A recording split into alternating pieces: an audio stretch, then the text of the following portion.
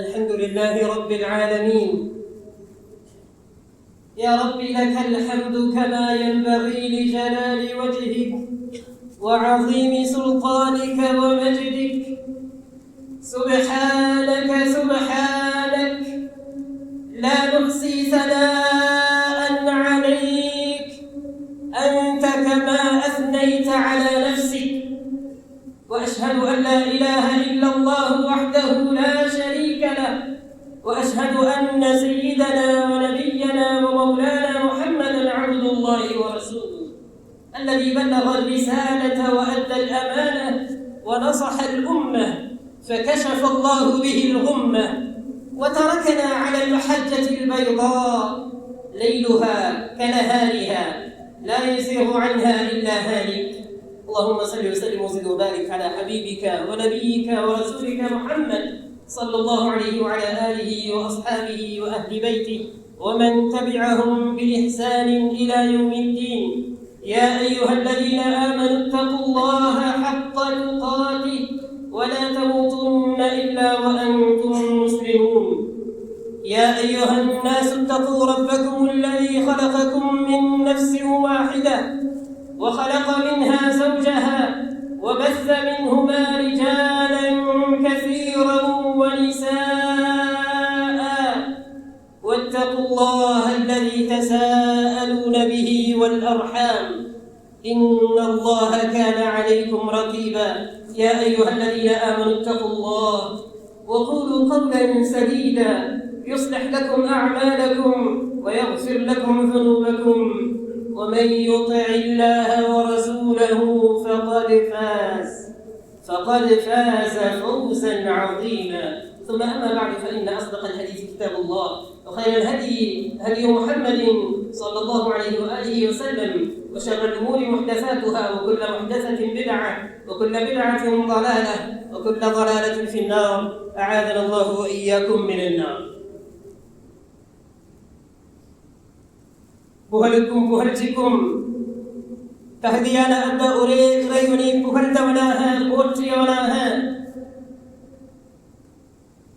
அருமை நபியுல்லாஹி ஸல்லல்லாஹு அலைஹி வஆலிஹி வஸல்லம் அவர்கள் மீதிலும் அவர்களின் கிளையார்கள் சஹாபாக்கள் தாபிஈன்கள் தாபிஉத் தாபிஈன்கள் நல்லவர்கள் நம்மவர்கள் கியாமத் வரைக்கும் அன்னவர்களை பின்பற்றக்கூடிய அத்துணை உத்தமர்கள் மீதும் அல்லாஹ்வுடைய சாந்தியும் சமாதானமும் என்றென்றும் நிலவட்டுமாக. புனிதமிகு ஜும்ஆவின் கடமையை நிறைவேற்றுவதற்காக வேண்டி அல்லாஹ்வுடைய மாளிகையில் ஒன்று கூடியிருக்கும் அல்லாஹ்வின் நல்லடியார்களே, அல்லாஹ் எனக்கும் உங்களுக்கும் அவனுடைய தூதருடைய கட்டளைகளை எடுத்து நடக்கவும் அவனுடைய தூதருடைய விலக்கல்களை தவிர்த்து நடந்து கொள்ளவும் அல்லாஹ் தௌஃபீக் செய்ய வேண்டும் என்ற பிரார்த்தனையுடன் அதனை வசியத்தாகவும் செய்து கொள்கிறேன்.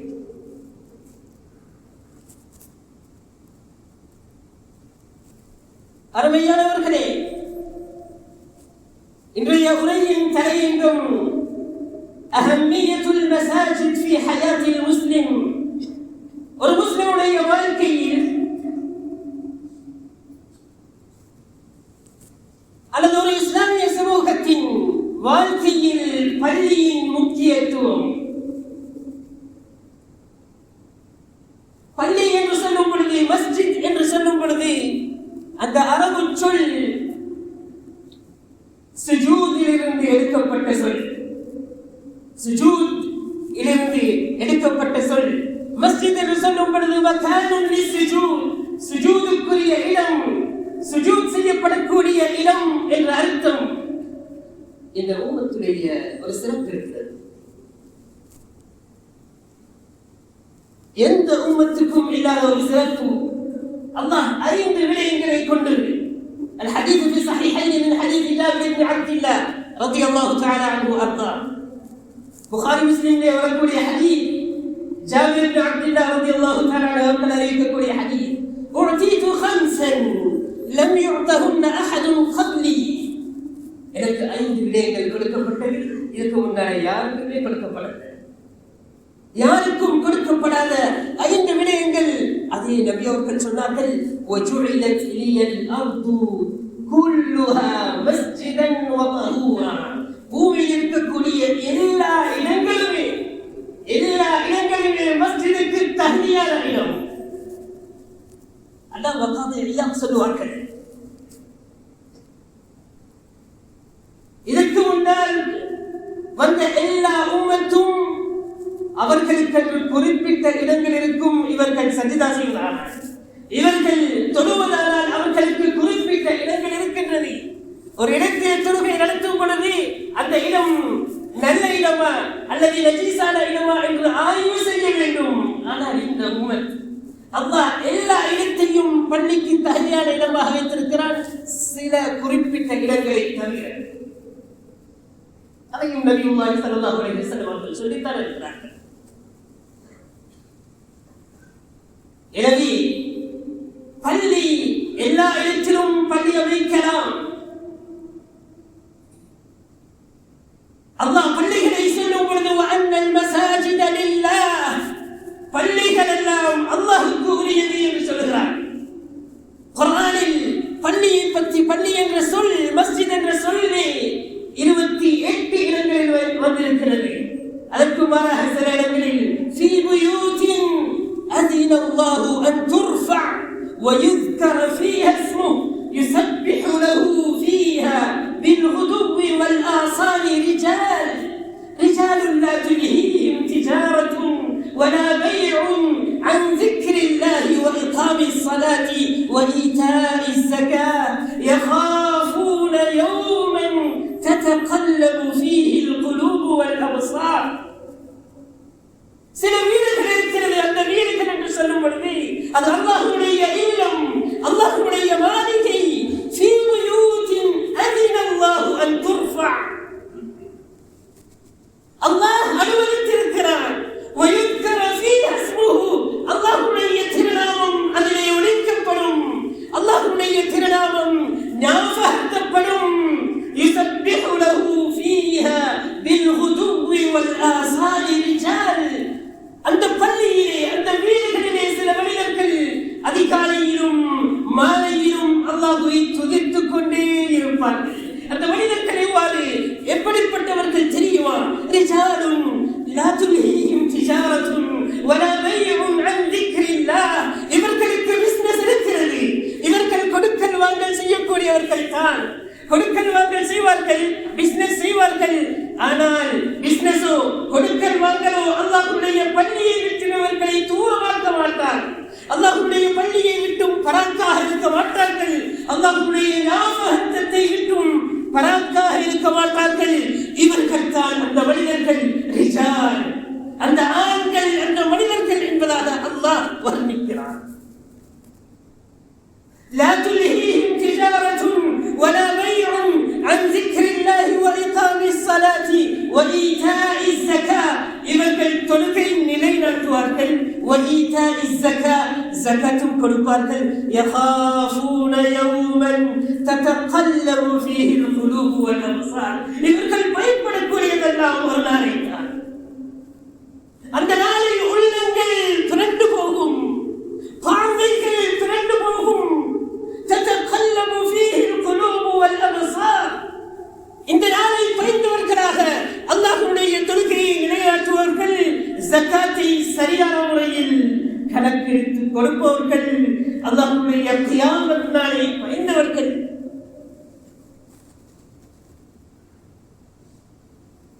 அல்லாஹ் இன்னொரு ஆயத்தில் வாசிக்கிறார். நம் அனைவருக்கும் தெரிந்த விடயம், உலகத்தில முதலாவது மஸ்ஜித் என்ன தெரியுமா? إن أول بيت وضع للناس للذي بمكة مباركا وهدى للعالمين. உலகத்தில முதலாவது நிர்ணயிக்கப்பட்ட மஸ்ஜித் அது கஅபத்துல்லாஹ்.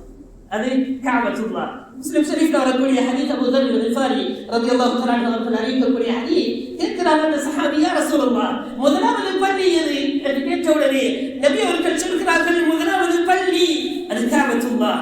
இரண்டாவது பள்ளி என்று கேட்டவுடன் அது மஸ்ஜித் அல்-அக்ஸா என்று நபி அவர்கள் சொல்கிறார்கள். மஸ்ஜித் அல்-அக்ஸா நஸ்அலுல்லாஹ் சுப்ஹானஹு வ தஆலா அன் யுஹர்ரிரா. அல்லாஹ் இந்த பள்ளியை யகூதிகளிடமிருந்து விடுவிப்பார். அந்த சஹாபி கேட்கிறார், கம் பைனஹுமா, இதுக்கு ரெண்டுக்கு மத்தியில எத்தனை வருஷம் என்று கேட்டவுடனே நபி அவர்கள் சொல்கிறார்கள் 40 வருடங்கள். காபத்துல்லாஹ் ஆரம்பிக்கப்பட்டு 40 வருடத்திற்கு பின்னால் மஸ்ஜித் அல்-அக்ஸா உருவாக்கப்படுகிறது. சுலைமான் அலைஹிஸ்ஸலாம் அவர்கள் கட்டுகிறார்கள். அருமையானவர்களே,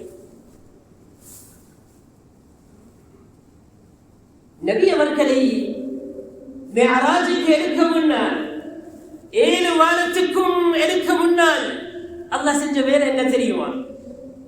மினல் மஸ்ஜிதில் ஹராமி இலல் மஸ்ஜிதில் அக்ஸா சுப்ஹானல்லதி அஸ்ரா பிஅப்திஹி லைலன் மினல் மஸ்ஜிதில் ஹராமி இலல் மஸ்ஜிதில் அக்ஸா அல்லதி பாரக்னா ஹவ்லஹு லினுரியஹு மின் ஆயாத்தினா. 7 வாரங்கள் கடக்க வேண்டும் அந்த நபி, 7 வாரங்கள் கடக்க வேண்டும். وصلت الى موضع اسمع فيه صريف الاقلام. நபி அவர்கள் சொல்கிறார்கள், நான் வந்த இடம் என்ன தெரியுமா? எவ்வளவு உயரம் தெரியுமா? நான் வந்த இடம் லௌஹுல் மஹ்ஃபூதுல கலம் பேனை எழுதுகிற சத்தம் எனக்கு கேட்கும். அந்த தூரம் நபி அவர்கள் செல்கிறார்கள். 7 வாரத்தையும் கடந்து சென்ற நபி, 7 வாரத்தை கடக்க ஒரு உஜார் நபிக்கு வேணுமா? அது பள்ளியிலிருந்து ஆரம்பமானது. மினல் மஸ்ஜிதில் ஹராமி இலல் மஸ்ஜிதில் அக்ஸா. மஸ்ஜிதில் ஹராமிலிருந்து மஸ்ஜிதில் அக்ஸாவுக்கு செல்கிறார்கள் நபி அவர்கள்.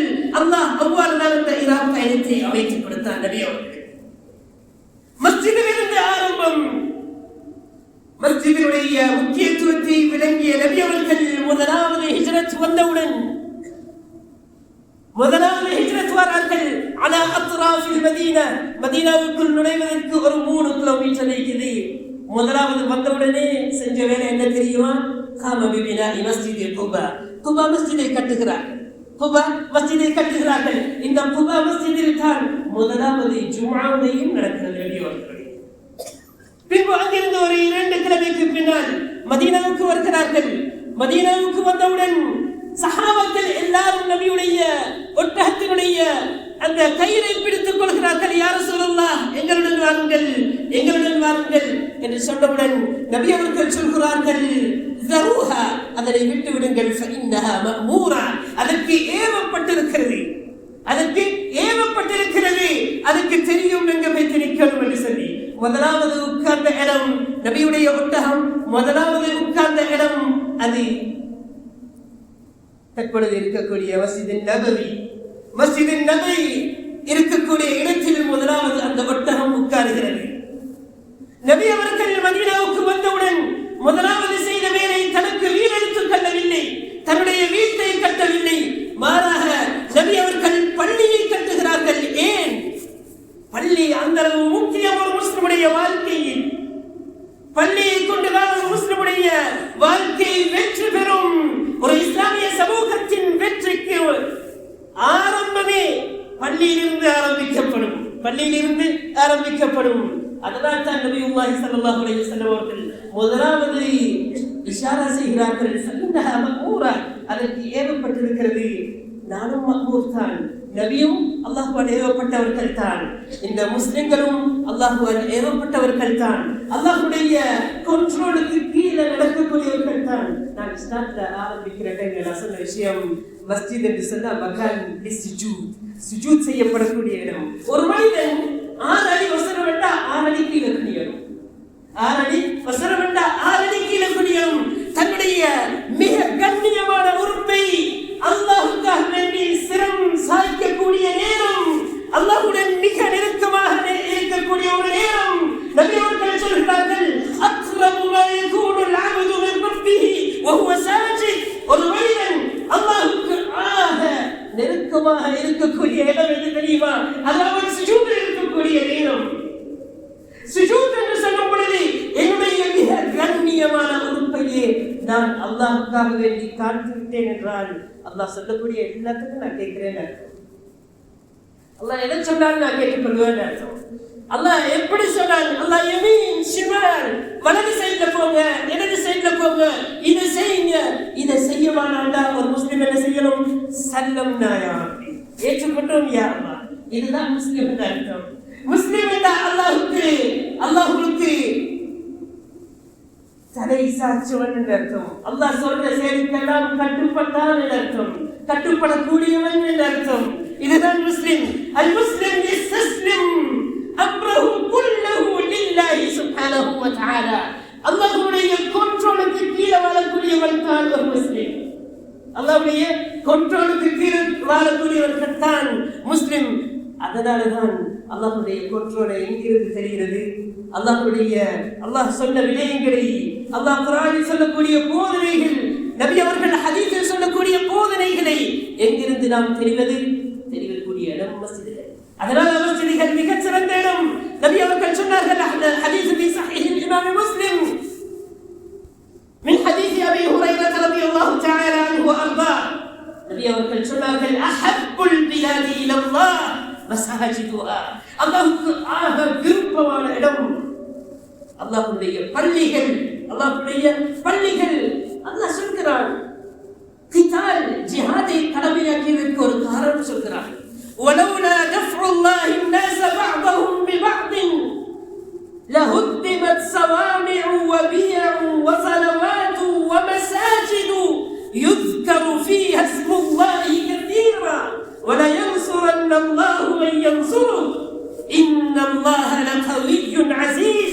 அல்லாஹ் இவ்வாறு சொல்கிறான். அல்லாஹ் இந்த யுத்தத்தை கடமையாக்கவில்லைன்னா, நிறைய சேச்சிகள், நிறைய வணக்கஸ்தலங்கள் உடைக்கப்பட்டிருக்கும்.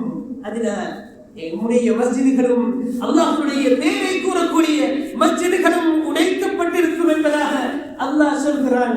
இன்னைக்கு இந்தியால நிறைய ட்ரை பண்றாங்க. எங்களோட நாட்டிலையும் எத்தனை மஸ்ஜிதுகள் உடைக்கப்பட்டுச்சு.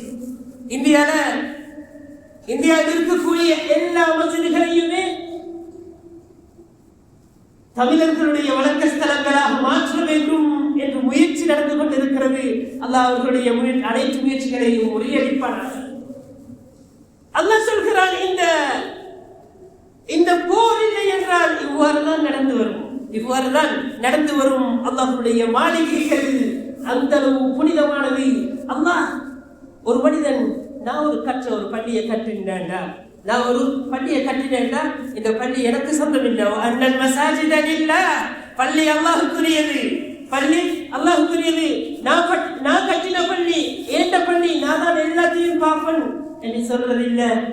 நான் பள்ளியை கட்டிட்டேனா, அல்லாஹ்வுக்காக நீ வக்ஃப் செஞ்சிட்டேனா, இது பொது சொத்து, இது அல்லாஹ்வுடைய சொத்து. எனக்கு நினைச்ச மாதிரி அந்த பள்ளியில நடக்க முடியாது.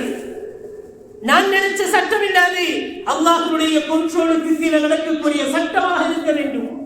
அருமையானவர்களே, ஆரம்பித்த முதலாவது அஹம்மியத்துல் மஸாஜித், மஸ்ஜிதுகளுடைய முக்கியத்துவத்தை கருத்தான் நபி அவர்கள். நாம் சொல்லும், நபி அவர்கள் முதலாவது பள்ளியை கட்டினார்கள். அந்த முதலாவது பள்ளியில் இருந்துதான் கொஞ்சம் கவனிங்க. முதலாவது பள்ளியில் இருந்துதான் இஸ்லாமிய சாம்ராஜ்யமே உருவாக்குது. முதலாவது பள்ளியில் இருந்துதான் முஸ்லிம்களுக்கு வந்த ஒரு இக்கட்டான கட்டம், முஸ்லிம்களுக்கு வந்த ஆக பெரிய ஒரு சோதனை, அது நபியுடைய வஃபாத்துடைய நேரத்திலே சஹாபாக்கள் தடுமாறுகிறார்கள். ஹஸரத் உமர் எவ்வளவு பெரிய சஹாபி தடுமாறுகிறார். அலி ரலியல்லாஹு தஆலா அன்ஹு சத்தமே இல்ல. உஸ்மான் ரலியல்லாஹு தஆலா அன்ஹு ஒரு பக்கமாக அழுகிறார்கள். ஆனால் அபூபக்கர் சுல்ஹன் இடத்திலே இருக்கிறாங்க. அவர்களுடைய இரண்டாவது வைஃபுடைய இடம். அங்கிருந்து வாராங்க, கேள்விப்பட்டு வாராங்க. நபி அவர்களை வந்து முத்தமிட்டார்கள். சொன்னார்கள், நபியுடைய நெற்றியை முத்தமிட்ட அபூபக்கர் சொல்கிறார், நீங்கள் உயிரோடு இருக்கக்கூடிய நேரத்திலும் மனமாக இருந்தீர்கள், தற்பொழுது மரணித்து விட்டீர்கள், அப்பொழுதும் மனமாகத்தான் இருக்கிறீர்கள் என்று சொல்லி எல்லாரும் தடமாறிக் கொண்டிருக்கக்கூடிய நேரத்திலே ஸ்திரமாக நின்று வமா முஹம்மதுன் இல்லா ரசூல் என்ற ஆயத்தை ஓதி சமூகத்தை, அந்த இஸ்லாமிய சமூகத்தை ஆறுதல் படுத்தினார்கள். அந்த ஆறுதல் படுத்தக்கூடிய அபூபக்கர் ரலியல்லாஹு தஆலா அன்ஹு அர்தா இந்த பள்ளியிலிருந்து உருவாகிய சஹாபிதான் உமர் ரலியல்லாஹு தஆலா அன்ஹு. الحديث عند الإمام الترمذي في سننه. எனக்கு பின்னால் நபி கிடையாது, நபி இருக்கும் என்றால் அது உமர் என்று சொன்னார்கள். நபி இருக்கும் என்றால் அது உமர் என்று சொன்னார்கள். அந்த பெரிய சஹாபி, அவர் படித்த இடம், அவர் வளர்ந்த இடம் நபியுடைய மஸ்ஜித் நபவி. இது போன்ற எல்லா சஹாபாக்களுமே இந்த நபியுடைய பள்ளியில் இருந்து உருவாக்கப்பட்டவர்கள்.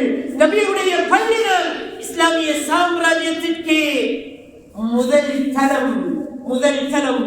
இதனால் ஒரு இஸ்லாமிய சமூகத்தின் இருக்கக்கூடிய பள்ளிகளின் ரோல்கள் என்ன என்ற ஒரு கேள்வி கூட நமக்கு வரும்.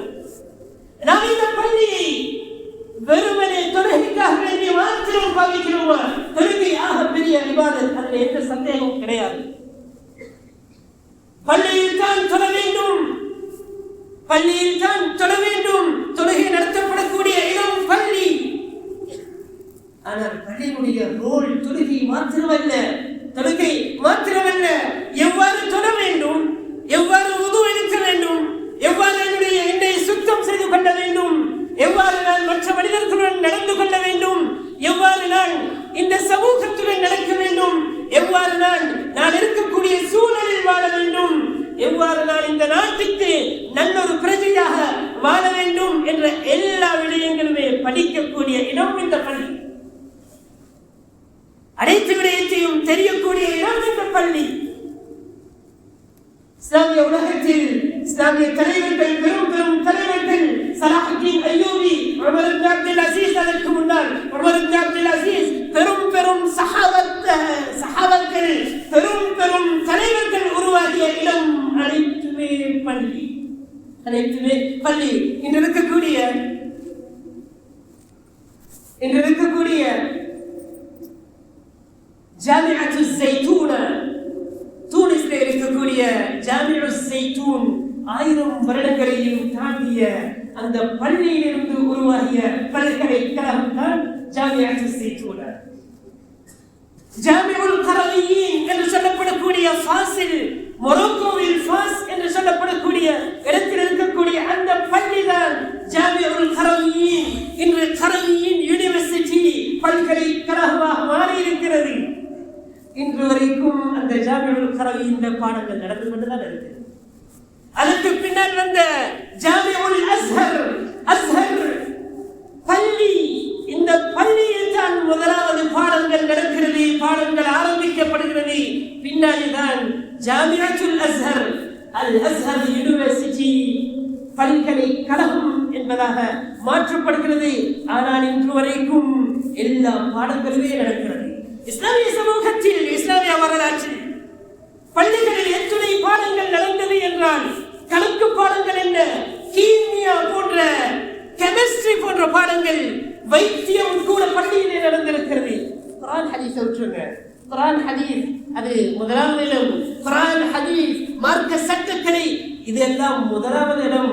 இதை தாண்டி கெமிஸ்ட்ரி, பிசிக்ஸ் போன்ற பாடங்கள், வைத்தியம், இல்முல் ஃபலக், வானசாஸ்திரம் போன்ற எல்லா பாடங்களும் எம்முடைய உலமாக்கள், எம்முடைய இஸ்லாமிய அறிஞர்கள் மூலமாக பள்ளியிலே நடத்தப்பட்டுக் கொண்டிருந்தது. அருமையான சகோதரர்களே,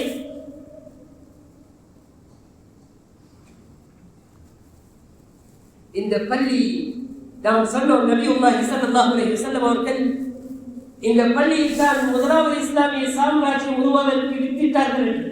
நபி அவர்கள் மக்களுக்கு பாடம் நடத்தினார்கள், படித்துக் கொடுத்தார்கள். நபி அவர்கள் மக்களுக்கு இஸ்லாத்தை படிப்பூட்டினார்கள். அது மாத்திரமல்ல, நபி அவர்கள் எல்லா உடன்படிக்கைகளையும் இந்த பள்ளியில் தான் செய்வார்கள். யாராவது கெஸ்ட்மார் வந்தால் பள்ளியில் தான் இருந்து அவர்களை வரவேற்பார்கள். ஒவ்வொரு குரூப் வராங்க, எல்லா குரூப்பையும் பள்ளியிலிருந்து தான் வரவேற்றார்கள்.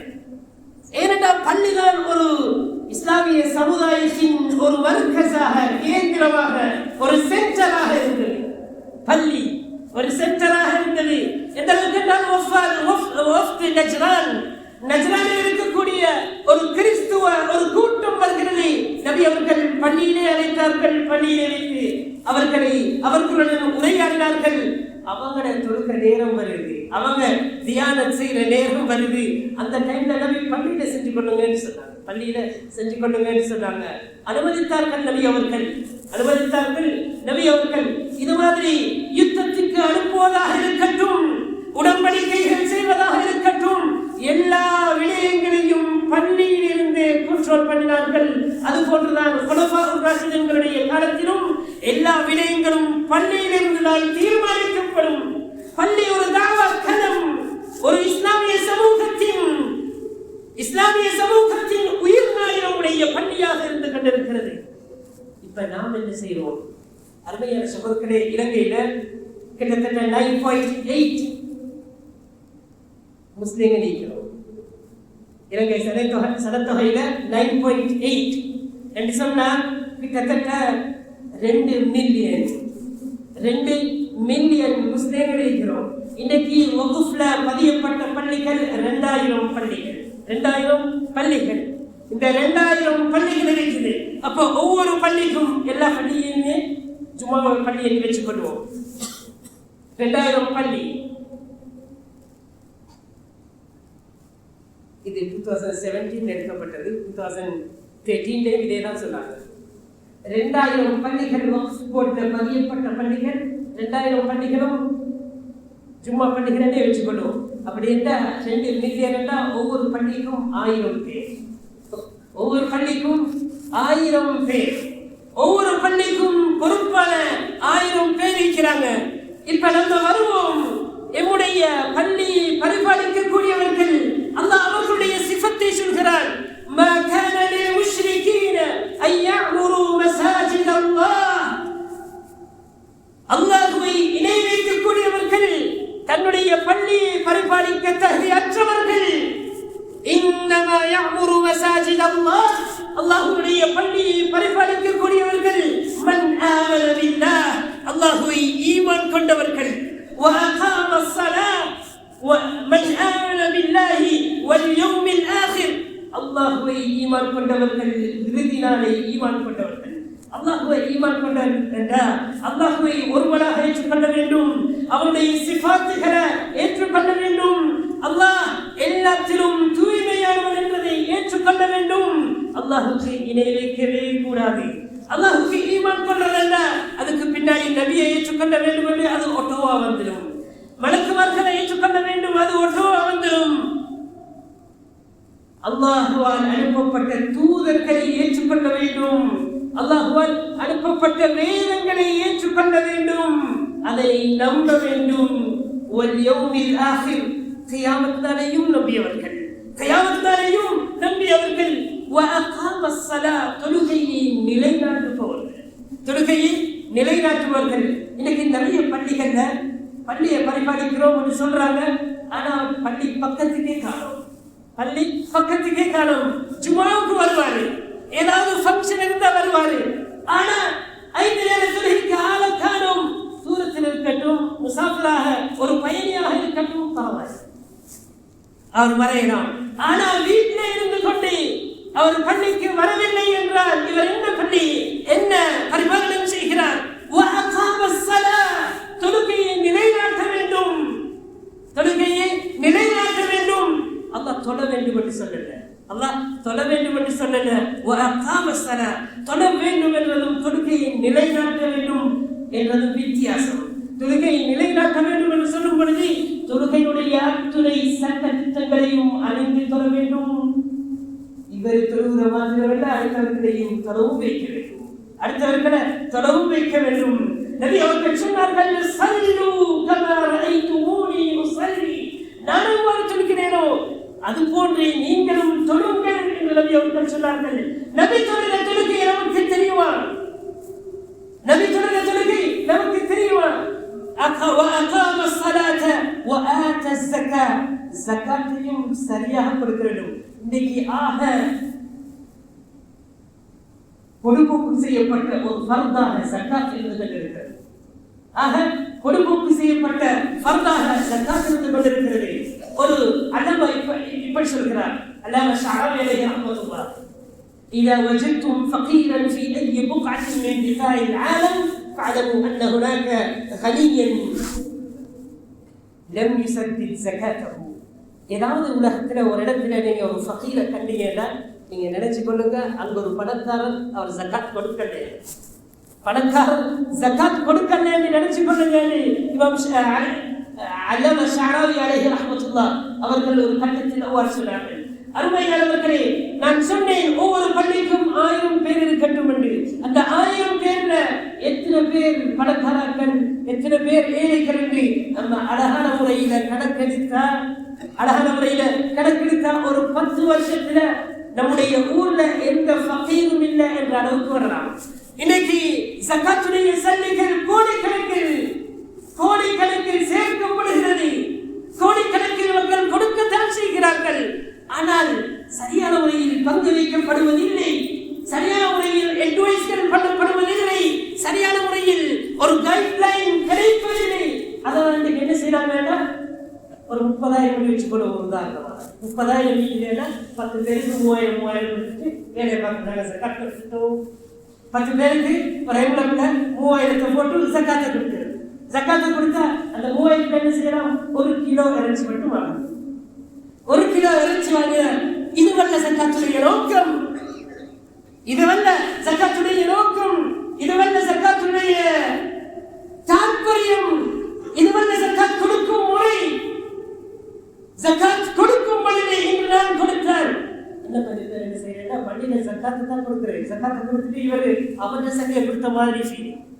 அவர் போற வார டைம்ல இவருக்கு சர்வீஸ் அடிக்கணும், இவருக்கு சர்வீஸ் அடிக்கணும். ஜகாத்தை வாங்கினாரே, அவர் போற வார டைம்ல இவருக்கு சர்வீஸ் அடிக்கணும். ஏன்னா நான் ஜகாத் கொடுத்துட்டேன், கொடுத்தது 3000 அல்லது கொடுத்தது 10,000. சல்லிக்கும் கொடுத்தது 1,00,000 இருந்தாலும் அந்த சல்லிக்கும் உங்களுக்கும் எந்த தகுதியும் இல்லை. ஜகாத் கொடுக்கப்பட்டவர் அது அவருடைய சொத்து, அது அவருடைய சொத்து. ஏண்ட சல்லி, உதாரணமாக ஏண்ட சல்லி ஒரு 30 லட்சம் ஒரு ஆளுக்கு கொடுக்கிறேன்னு வைப்போம். ஒரு ஆளுக்கு கொடுக்கிறேன்னு வச்சா அந்த ஒரு ஆளுக்கு மாத்திரம் நான் கொண்டிருக்கேன் 30 லட்சத்தை கொடுத்தேன்னு வச்சுக்கொள்வோம்.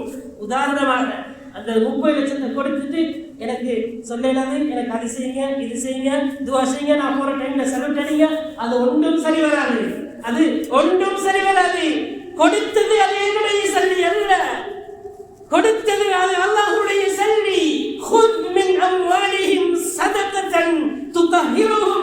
நான் கொடுத்த சல்லி என்னை பரிசுத்தப்படுத்த, நான் கொடுத்த அந்த 30 லட்சம் அது என்ன பரிசுத்தப்படுத்த, துதஹிருஹும், அது கொடுத்தவரையும் பரிசுத்தப்படுத்தும், கொடுக்கப்பட்டவரையும் பரிசுத்தப்படுத்தும், அந்த சமூகத்தையே பரிசுத்தப்படுத்தக்கூடியதுதான் அந்த சல்லி. அதனால கொடுத்துட்டு நான் ஃபுல்லா சொல்லி காட்டுறது. ஒரு தடவை ஒரு ஷேக் சொன்னார், என்னடா ஒரு பள்ளியில, இங்க இல்ல ஒரு தூர பள்ளியில கடவையாற்ற மோடிக்கு ஏதாவது வாங்கி கொடுக்கிறது. அவரு தூர இருந்து வாராரு, எனக்கு பைக் கொண்டு வாங்கி கொடுக்குறேன்னு வச்சுக்கொள்வோம். பைக் கொண்டு வாங்கி கொடுத்தா அவர் 3 வரைக்கும் நான் இவருக்கு வாங்கி கொடுத்தேன்னு சொல்றது. சொந்த சல்லியில வாங்கி கொடுத்தாலே சொல்லக்கூடாது, சமூக சல்லியை எடுத்து கொடுத்து விட்டு இவருடைய சல்லி மாதிரி இன்று நடக்கக்கூடிய சமூகமாக நாம் இருக்கிறோம்.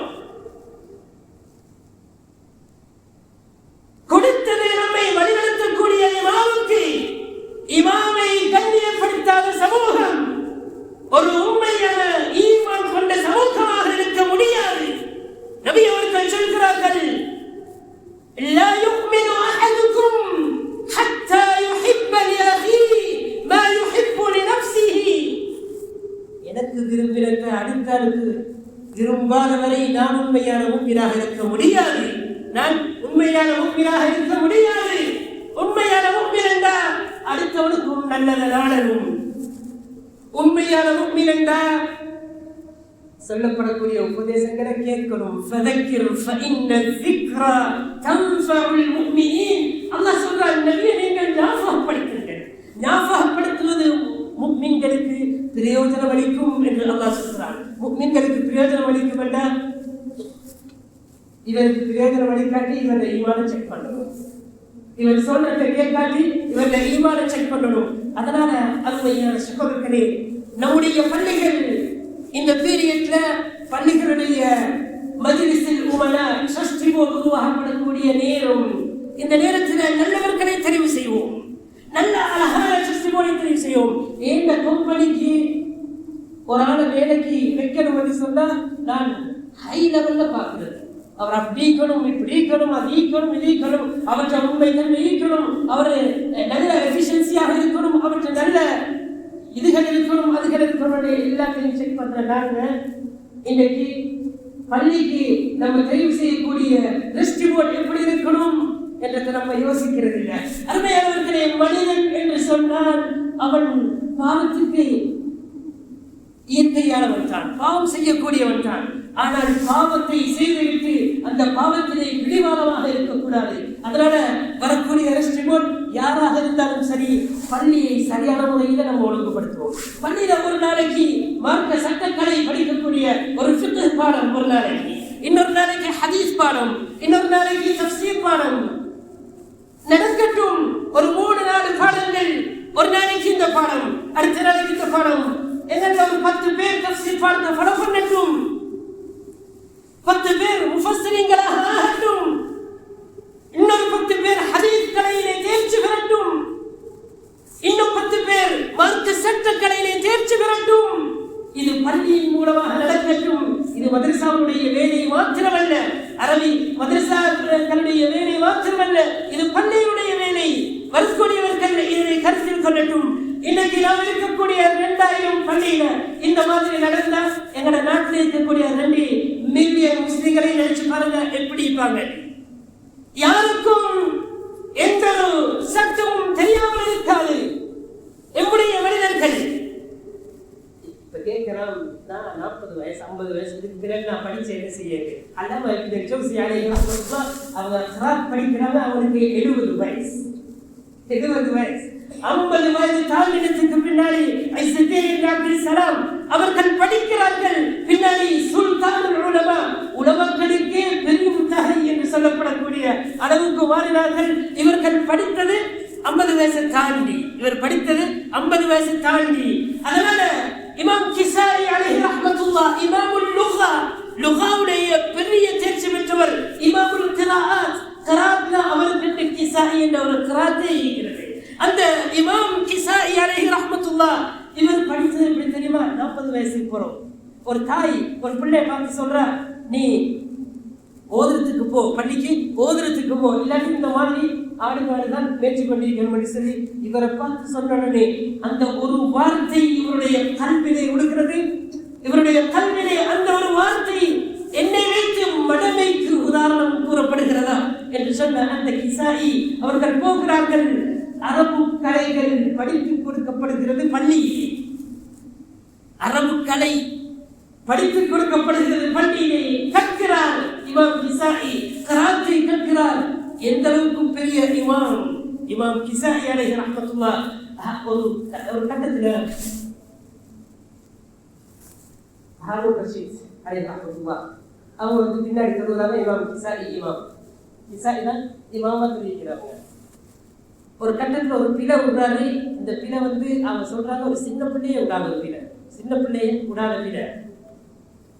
ஹாரூன் ரஷீத் லுகாவுல தேர்ச்சி பெற்றவர், அரபு பாசையில தேர்ச்சி பெற்றவர். அந்த காலத்துல ஒரு ஆள் ஹலீஃபாவாக வாழ்றதாக இருந்தால் அவன் நல்ல தேர்ச்சிக்கணும், அரபு பாசையில நல்ல தேர்ச்சிக்கணும். ஹாரூன் ரஷீத் கேட்கிறாரு, இமாம் கிசாயிட்ட நீங்க தவறாக ஓதிட்டீங்களே சொல்றதுக்கு தைரியம் இல்லை. ஏன்னா இவர் பெரிய இமாம், கிராத்லையும் பெரிய இமாம், அரபு பாசையிலேயுமே பெரிய இமாம். இவர் சொல்றாரு, இது எந்த கிராத்தின் அடிப்படையில் நீங்க ஓதுனீங்க என்று சொன்ன டைம்ல இமாம் கிசாயி சொல்றாரு, லிகுல்லி ஜவாதின் கதுவா, யானைக்கும் அடிசருக்கும் என்று நம்ம தமிழ்ல சொல்ற மாதிரி அந்த மாதிரி ஒரு வாசகம், யானைக்கும் அடிசருக்கும் என்ற மாதிரி. ஹாரூன் ரஷீத் இப்ப சொல்றாரு, அம்மா ஹாதிஹி ஃபனஅம், அம்மா ஹாதிஹி ஃபனஅம், அப்படி என்றால் அது சரிதான், அப்படி என்றால் அது சரிதான் என்று சொன்னார்கள். இந்த இமாம் கிசாயி 40 வயசுக்கு புறம் படித்தவர்கள். அதனால அழகான முறையில நல்ல முறையில் தர்சீப் செய்வோம், நல்லவர்களை தேர்ந்தெடுப்போம், பாடங்களை நடத்துவோம். நம்முடைய பள்ளி இந்த ஊரிலே ஒழிக்கக்கூடிய ஒரு பள்ளியாக ஆகட்டும். அல்லாஹ் நம் அனைவருக்கும் தௌஃபீக் செய்வானாக. எந்த டைம்ல எந்த பள்ளிக்கு போனாலும் ஒரு பாடத்தில் கலந்து கொள்ளலாம் என்று, ஒரு பாடத்தில் கலந்து கொள்ளக்கூடிய ஒரு சந்தர்ப்பம் எனக்கு உருவாகட்டும். அல்லாஹ் நம் அனைவரையும் கபூல் செய்வானாக. அல்லாஹ் நம் அனைவரையும் அவனுக்கு பொருத்தமான அடியார்களாக மாற்றி அருள்வானாக.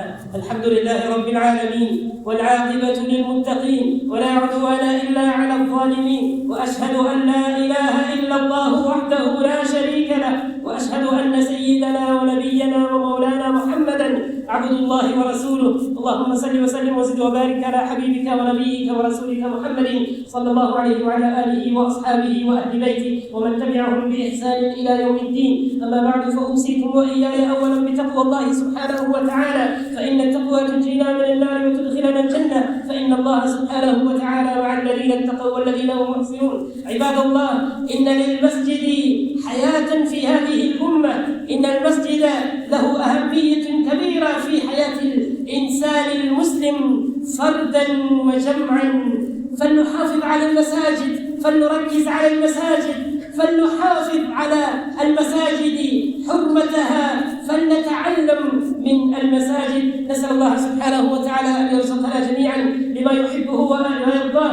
يقول الله سبحانه وتعالى: وأن المساجد لله فلا تدعوا مع الله أحدا. أقول قولي هذا وأستغفر الله لي ولكم ولجميع المسلمين والمسلمات.